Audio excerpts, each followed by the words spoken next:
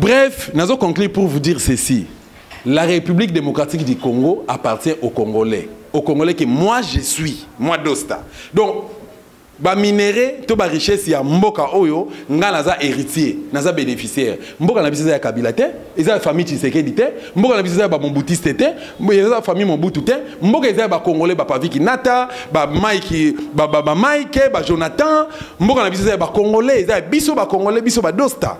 Bon, ba ministère clé, défense, intérieur, finance, budget et consort, eza na compte à FCC. Primature déjà à Bango. Entre Azares Roubaix-Roi ou bien, bon, peut-être Roubaix-Roi, voilà, non, Moutoumoussa Rotia. Donc, pour parler par rapport à Yango.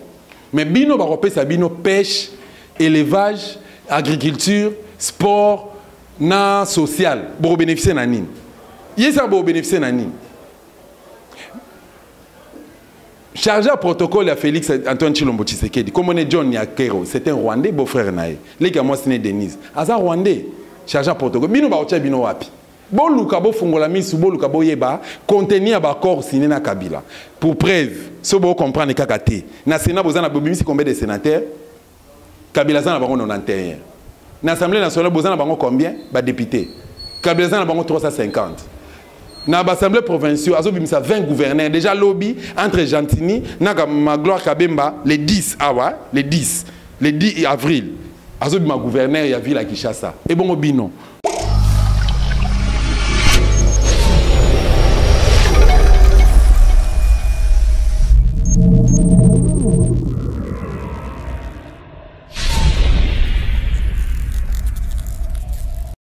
La marche c'est vraiment désolant et regrettable parce qu'il y a eu des morts. Rossi Mukendi Babomaye.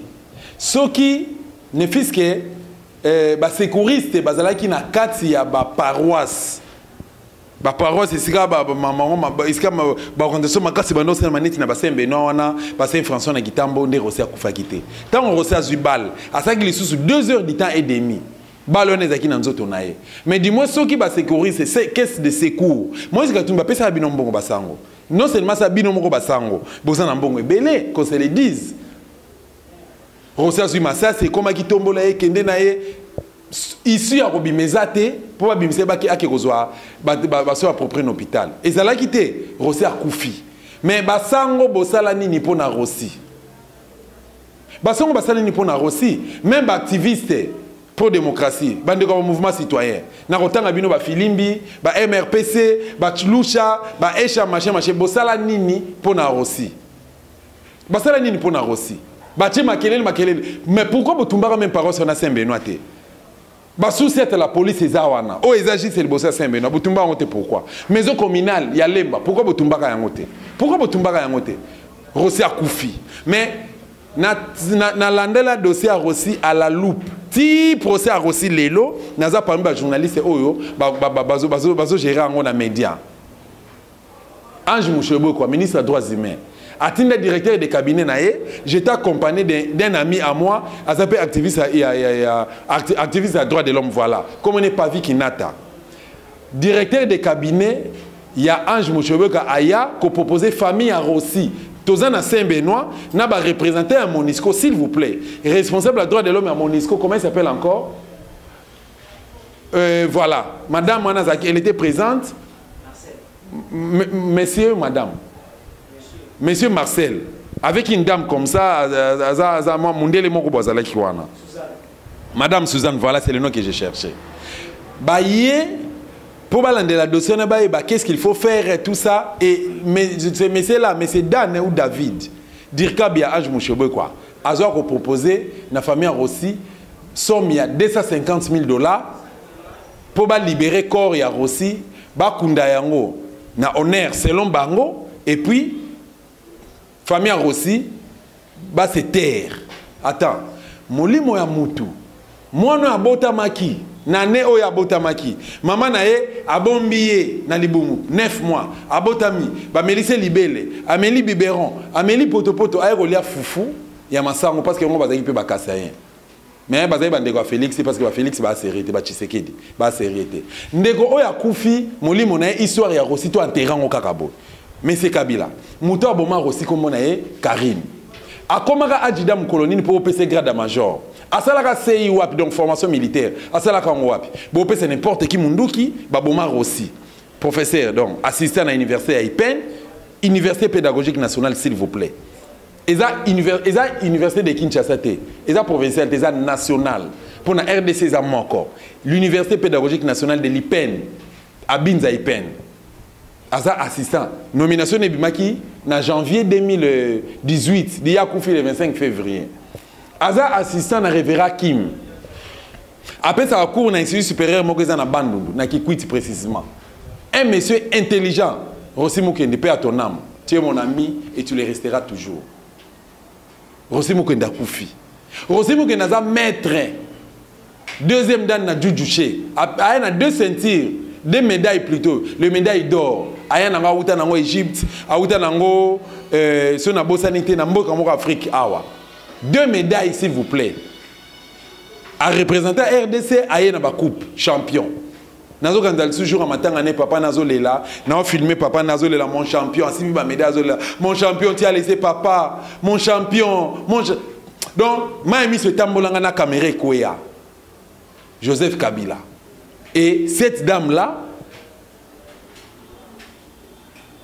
Karine Abomir aussi, Karine Lelo Kabila a décoré médaille de mérite pour avoir accompli la mission d'assassiner M. Rossi Mukendi. Chimanga. Kabilo Tikiye.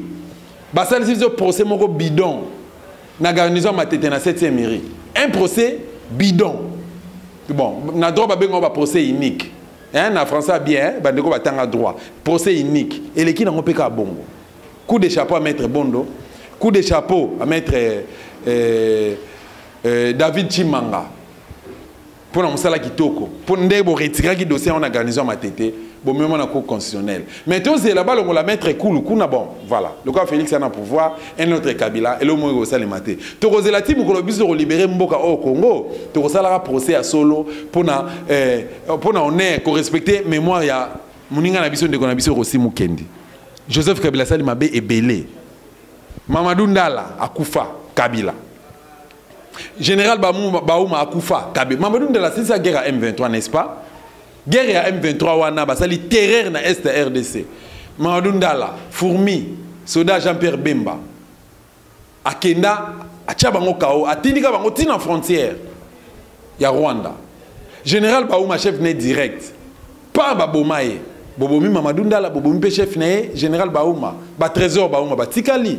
Ba Tikali ba orphelin. Maman Maria Tikali veuve. Tout ça, c'est M. Kabila. Floribert Chebeya, Fidel Bazana.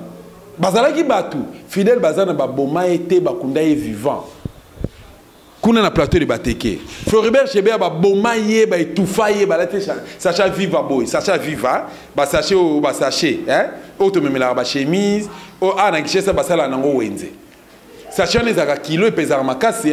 Alors balatsa yango na mutu. Ba etoufaye, scotchaye. Ndeko kufa Floribert Chebeya. Dans le inspecteur provincial, il y a la police. Azo mérité prison, il faut au Kangaye. Inspecteur général, Izara John Numbi. Jean dédié au Leko. Azara inspecteur provincial, il n'est pas au mérité prison.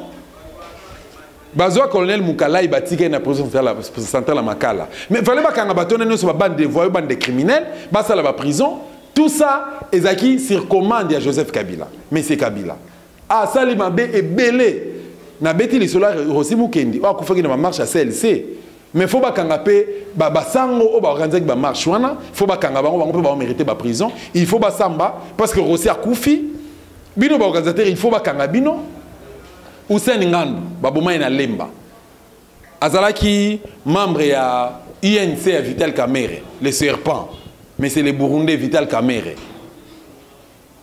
l'ami personnel il y a Joseph Kabila ba memela biso ngambo na Congo lisumu ni biso ba Congolais to sala Hussein Ngandu akufa Kamera sala nini pona famille wana mutaboma Hussein Ngandu c'est Kabila et ba sodo ba tiraka sur Hussein Ngandu ba sala bango ni lelo innocent na dossier Rossi mais c'est Tokis azana ndolo na prison en ndolo tilelo d'une manière injustement de quoi nazo périr moi si natika likobota atiki bana mibale na vie nini et avec quel salaire au banana bako vivre nango et puis na ba famille nini mais c'est Kabila lelo ami personnel il y a Félix Antoine Tshilombo partenaire politique de tourner page à histoire il y a RDC qui n'a facilité Karabou Thérèse Kapangala azaki pas aspirante te basango likambo botiki yango Karabou bokolandela yango te bolandela yango Thérèse azaki moseli na Nzambe akufi na kati église babomie je vous dis na kati église tala motema mabe Joseph Kabila so Kabila lingaki eloko na telinga ndima alinga loba botika nous sommes dans un pays démocratique botika bango basala ba marche na bango bazori kilemba droit moko ezaki noble balobi Kabila ko briguer troisième mandat organiser ba élection kozala démocratique ba ko sala ba élection bidon oyo ba nommer Félix Antoine Tshilombo Tshisekedi vice-président de la République assistant Joseph Kabila c'est malheureux pour les Congolais et puis totiki likambo le kakaka boy Fayulu yundo zaki élité otiki ngwe le kakaka boy otika la kaka bino zo bina kaka ozolela partout que non baboto le pouvoir na yo mais Soma Minduki initié que soulèvement populaire Soma Minduki pour tout mettre fin à rien na batu oyo na yo Kabila na ba complice na yo ba collaborateur na yo bozo mériter peine de mort à l'exception de personnes non seulement Thérèse Kapangala zoka masasi na Saint-François na Kitambo il y a eu aussi Dorcas Makaya na Lemba Moutabeta Dorcas Makaya Masasi à bout portant comme ça jeune fille autour de son maman pas vers 10h40 minutes autour de son maman pas qui même pas intéressé elle n'était même pas concernée dans la marche wana autour de son maman pas na parcelle voisine na zozonge pas na bango akutana na bana mura ba chef ba beta Masasi à bout portant de quoi akufa pardon akufa te Masasi kotier na litoi et bimi na munoko je vous dis hein et pendant et munoko bomona ba photo naza ami il y a grande sœur na merveille Makaya et pendant et munoko et le mola minu et kata le lemo ba lève vraiment na moso ekenda na balabala Ange Mouchobe quoi ministre ya Joseph Kabila ministre na rana yo oke kota la victime na 0R au kange ba photo au publier yo ministre na habité soko bota peut-être que vous êtes lesbienne. Peut-être que vous êtes lesbienne parce qu'il n'y a pas un maître qui moi si nous sommes en cause et tu n'as pas un cœur. Et Madame la ministre, a Sengina, collègue nae ministre des Affaires étrangères, Shoki Tundu, a tinda ba service nae ba ko sale capture pour ba sale passeport que vous soient approprié l'étranger. Na 0R. Même que ça les capture na 0R. Au moins il y a mabe moyibi qui moyibi na bino na butu. L'électoral le lobby, bossal sa élection, est la crédible, libre, démocratique et puis transparente. Nakati ya mboka, bo violer l'électoral, bo nommer, ba député, bo nommer président de la République. Bo publier qu'on a erni na 3h du matin, Erabandoki. Ezaki Moyibi, nga na place à Félix na osepelate. Nga na place à Yaona osenga na Félix. Be mission na sona kosala. Il y a liboso na senga qui est débat contradictoire aya ko expliquer nga na plateau moko comment a commis président de la République et contenir ba corps fantôme wa sinengna Joseph Kabila nga tout ça la débat comme ça tout ça lisaye hein tout ça lisaye pour que to mettre fin et loko wana parce que finalement Congo ko tambola likolo balabala te likolo e balete non na 0R bosali mona na capture ba même en Afrique du Sud ba kenda ba futa $5,000 à Lukuta. Bazoa moi na moi sur basale opération ba bamba. Mais au jour d'aujourd'hui il faut basale chirurgie esthétique. Et osenga dans des 35 à $40,000. Papa na fonctionnaire, aza agent na Sonas na Matadi, il n'a pas assez de moyens à combien de niveau au tekati lupa on pense ça moi na moi. Tala niveau. Donc, Madame la ministre, Ange Mouchoboka, osa irresponsable. Chef Nayo, Bruno Tshibala, irresponsable. Joseph Kabila, président Nabino, irresponsable. Boye Baké, un jour, vous allez payer. Donc, quand Makaya, sa jeune fille, il y a 19 ans, elle a droit à vie, tant que moi fiancé naye, alors aussi sa habitude naye, puis, moi, je suis dans la 6e des humanités. Le gars la Kabila Tanga na été, a une importance et habitude, importance d'éducation, a été sabot. Même pas qu'on pensait que moi, il faut aller à la classe. mawa mingi. Ça c'est un état voyou. Un état voyou, la RDC. Bozi Congo. Congo a maréchal Mobutu. Bochango na balabala. Congo a Mfumu Kimbangu. Bochango na balabala. Congo a Bakoko na biso. Beaucoup qu'on a biso faut respecter yango. Yango na walo bango lelo na numéro oyo. Problème à Congo, ils ont des problèmes spirituels. Ils ont des problèmes physiques, ils ont des problèmes spirituels. Bisous de temps qui va classe, bisous de temps qui va classe. Félix Baké na cour constitutionnelle. L'avocat Félix, ils étaient incapables. Il y a autant à Seva Félix. Parce que l'exercice intellectuel à Félix, ils sont néants. Ils sont néants. Le a diplômé d'État dans le collège Boboto. Tu vérifies Kounate. Oh, il a gradué dans ICC, na Belgique. À ça, la marketing. Na ICC, marketing, ils ont raté. Et puis, il y a un peu ça, il y a un peu. Donc, vous avez une place qu'on a besoin de Nathalie Sabino Nebandeli, Joseph Kabila Babi, chauffeur mécanicien na Tanzanie. Joseph Kabila Babi na armée rwandaise. Mais ce qui réellement à 29 ans, il a pouvoir à la RDC après avoir assassiné Laurent Désiré Kabila. Attends qui na neni. Attends quelle classe nini. Parce que Lelo, tout le monde qui serait 1 plus 4, il était en difficulté à diriger même le conseil des ministres. Il était en difficulté. Joseph Kabila Kabange. Joseph Kabila Kabange. Tous les images à Kalato Tiango. Ayaka Yuma. Et puis, Batondengwana, très dangereux. Trop timide. Très dangereux. Fausse commune. Donc, Namboka va Félix Antoine Chilombo Tshisekedi. Namboka na bino papa, bozana 102 fausses communes. O esalema ki na mars 2017. Loya dossier ya Kamona Samp. Bosi bo résoudre ngo.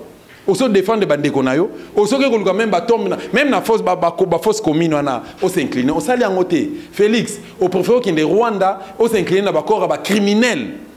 O ba boma ba bandeko na biso ba congolais. O ba piyambo kana biso.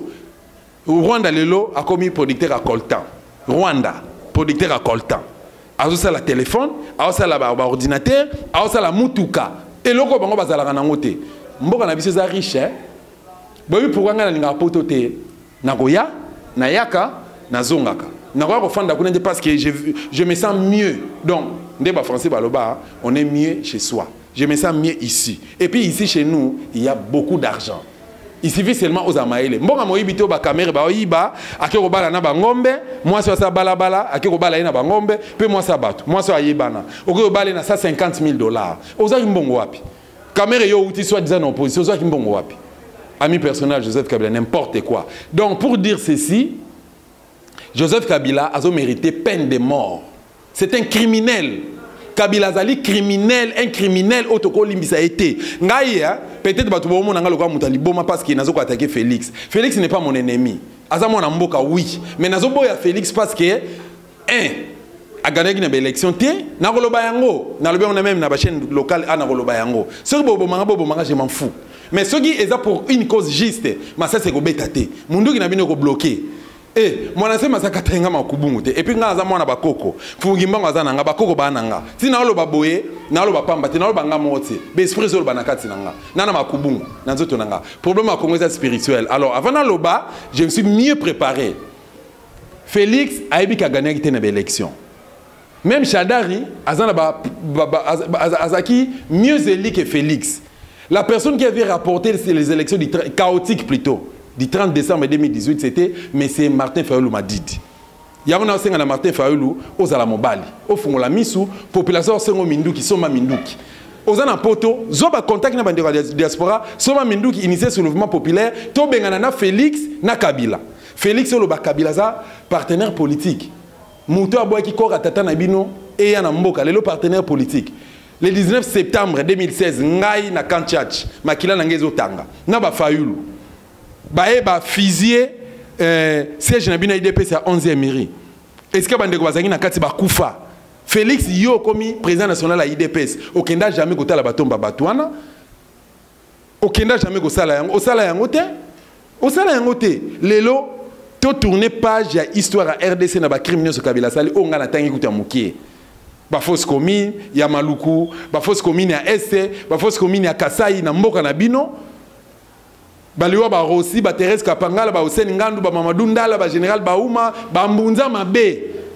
oyo amenasaka kunda bato ya zongisa iti na Rwanda bolongole na Rwanda place na est place guerre ezaki botine na kitona boke ko bomaye lelo Kabila partenaire politique ami personnel to limbisa ye non ngana l'acheter ba combattant IDPS ce bobo il ko comprendre hein na sali sabino Félix na cabinet na ye ache 37 personnes parmi les 37 personnes bokotengela komba combattant moko gouvernement zobima ba combattant parmi na kata ba combattant IDPS il y a des intellos bato batenge classe bien même ko les caméra bon n'exagérez même ko les kaye moko leader na bino o botenge classe bien bozat est-ce que vous se retrouvez ton gouvernement vous se retrouver vous en êtes sûr boza na pesa bino image à gouvernement Kabila obimisa Kabila parce que c'est lui qui signe obimisa je ne sais pas 35 ou 40 ministères bon ba ministère clé défense intérieur finance, budget et consort,